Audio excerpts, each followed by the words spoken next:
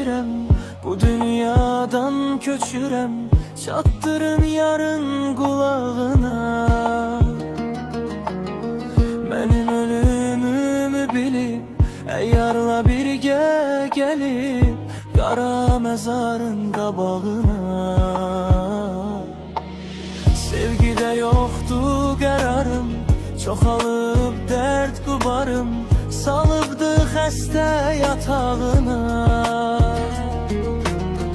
Daha sevmirəm səni, çünki dəyişmisən məni özgə oğlanın ocağına.